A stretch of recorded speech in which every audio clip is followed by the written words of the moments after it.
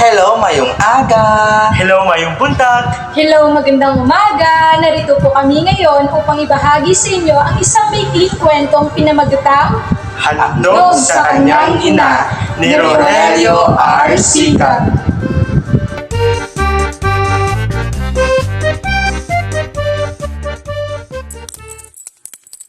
Trenta centimos. Tatlong maliliit at bilog na sinsilyo. Iyon din ang halagang sa loob ng nakaraang linggo'y kumakalansing-kalansing sa kanyang bulsa. Anong mabibili ng 30 sentimos na iyon? Halos nakadikit ang kanyang muka sa salaming eskaparate ng basar. Nakatutok ang kanyang tingin sa isang pamaypay. Nakahibabad iyon, marikit ang disenyo, isang babaeng nakabalintawak. Sa lahat ng paghahandog na nakikita niya, lighter, bag, lotion, pitaka, huwego ng kagamitang pampaganda. Yun lang ang pinakamura. 3 piso 50 sentimos, binura ang dating 5 piso, latag na nakatali sa puluhan ng pamaypay, baratilyong sinabi ng malalaki at mapupulang titik sa kartelong nasa ulunan niya. Mura, naisip niya, at maganda pa. Tiyak na magugustuhan ni inay. Ngunit 30 sentimos na lamang kanyang pera, at bukod sa sabon, mumurahing pabango, pulbo o suklay, ano pa ang mabibili niya? Muli niyang pinagmasdan ng pamaypay. Bukang matibay ang tela at pino ang pagkakayari. May panghihinayang siyang lumayo. Nakadukot ang kanyang kamay sa bulsa ng pantalon, kip-kip ng kaliwang dalawang walang takip na notebook at isang manipis na libro. Siguro, kung uimpisahan kong mag-ipon, naisip niya, tumingin siya sa ibayo ng lansangan, mayroong nagtitimpalakang neon ang karatula ng mga tindahan na kung pumigit at dumilat ay waring naghaharagahan sa pagtuturo sa pangalan ng basar. Noong isang taon, 1 dosenang panyo ay binigay ko sa kanya. 5 piso yata. Ang ganda, Ben. Saan ko kumuha saan mo nga pala nabili? Sa Avenida, iyong pera ibinigay po ng itay. Ibili raw ng regalo para sa iyo. Natuwa ang inay at ang itay. Nakatungo siya habang naglalakad. Ngayon niya dapat higit na bigyan ng handog ang kanyang ina. Hindi lamang dahil kaarawan nito. May sakit ang kanyang ina at pihong matutuwa ito kapag binigyan niya ng handog. Nais niyang makitang muli na natutuwa ang kanyang ina, katulad noong binigyan niya ito ng panyo. Kamakailan lamang, inilabas ng ospital ang kanyang ina. May isang buwang tumigil doon dahil sa pulmonya. At nang dumating ang kanyang ina, halos pangkuhin na ito ang kanyang ama nang ipanhik sa bahay. Payat at maputla ang kanyang ina. Malalim ang dalirit, laging nanghihining ang mga mata. Mahaba ang nakalugay at walang kintab na buhok. Ibig niyang maiyak. Payat ang inay. Ano ate? Tanong niya sa nakakatandang kapatid. 4 sila, siya lang ang lalaki at bunso pa, 14 na taon. Kaya magpakabait ka.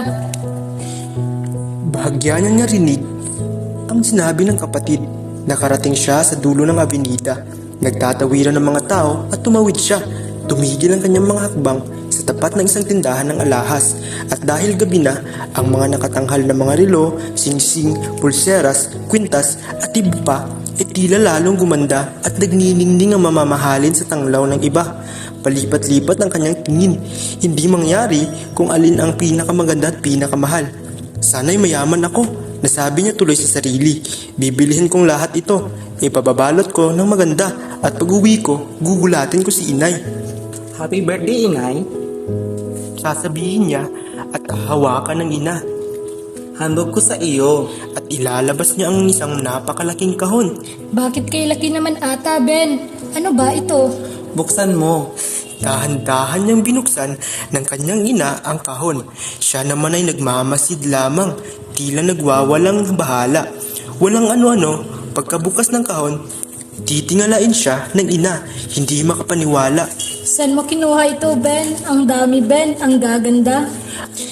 Ang ligayang idinulot ng pangarap na yaoy kagyat na naputol nang masalat niya ang 3 sentimo sa bulsa at di niya namalayan na pakbang siya palayo sa eskaparate.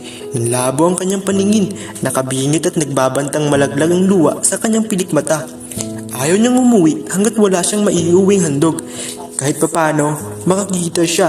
Kailangan niyang makapagbigay. Walang maibigay ang kanyang mga kapatid. Sinabi ng kanyang ate na naubos na ang naipon ng kanyang mga ama sa pagpapagamot sa kanyang ina.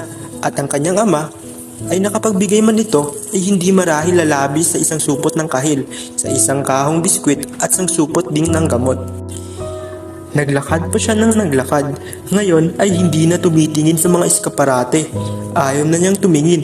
Nahahabag lamang siya sa kanyang sarili. Pasado alas 8 na nang maisipan niyang umuwi. Hahanapin siya o maaaring hinahanap na ng kanyang ama. Ngunit naisip niya na madali ang magdahilan. Kahit ngayon lamang siya uuwi sa ganong oras. Madaling gumawa ng dahilan. Naglakad lamang siya pauwi. Wala siyang maramdamang pagod. Mabagal ang kanyang mga hakbang, ngunit iyo'y hindi nahapo. Tuwing makakalampas siya sa isang kanto, habang nalalapit na sa inuuwing apartment, ang nadarama niya ay paghababang tulot.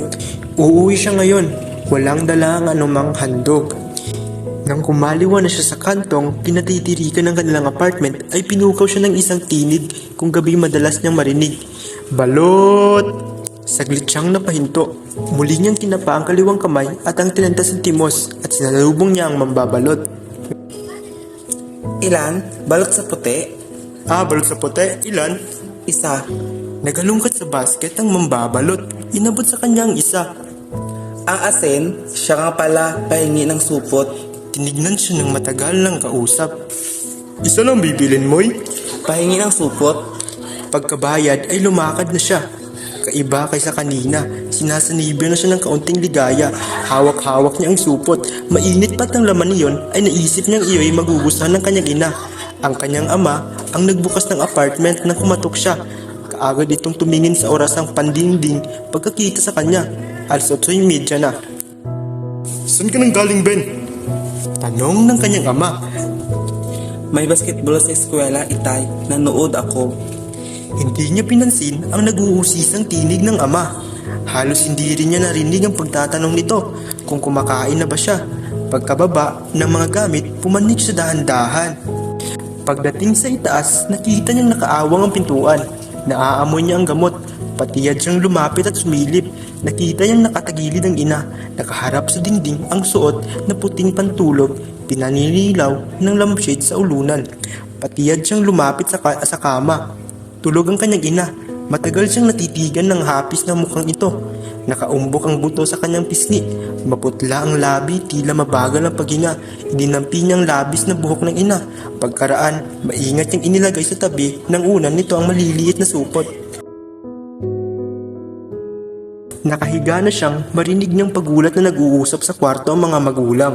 Nabigla ang tinig ng kanyang ina at siya'y nagtaka. Nakarinig siya ng yabag na papalapit sa silid. Bumukas ang pinto at sumungaw ang mukha ng kanyang ama. Nakangiting kinawanan siya nito. Ben, halika rito. Nito, nag-alangan siyang bumangon. Pagdating sa pinto, inakbayan siya ng ama. Pumasok sila sa silid ng ina. Nakaupo ito sa kama at pinapunwasan ang ibaba ng unan. Hawak ng kaliwang kamay ang napisang balot. Ikaw ba, Ben, ang naglagay rito ng balot? Tanong ng kanyang ina. Hindi siya nakakibo. Tingnan mo nga ang ginawa mo. Nabasa tuloy ang likod ko. Hawak ng nabasang supot. Pinapunasan ng kanyang ina ang kama. Parang may naaagnas sa kanyang dibdib. Ikaw raw ang huling pumasok rito. Patuloy ng kanyang ina. Bakit hindi mo na lang pinatong dito? At itinuro ang kalapit na misita. Nagpatuloy ito sa pagbubulong-bulong. Tingnan mo nga yung ginawa mo. Nabasa tuloy ang likod ko. Ibig maiyak ni Ben. Ako nga po ang naglagay dyan. Amin niya. Kasi po, wala akong maibigay sa inyo ngayon. Natigil sa pagpupunas ang kanyang ina. Napatingin ito sa kanya. Nakita niyang biglang pagbabago ng mukha nito. Umurong siya, ibig maiyak. Ngayon nakita niyang nakatingin ang ina sa basang supot at nakaakma ang daliring piliin ng mga makakain doon.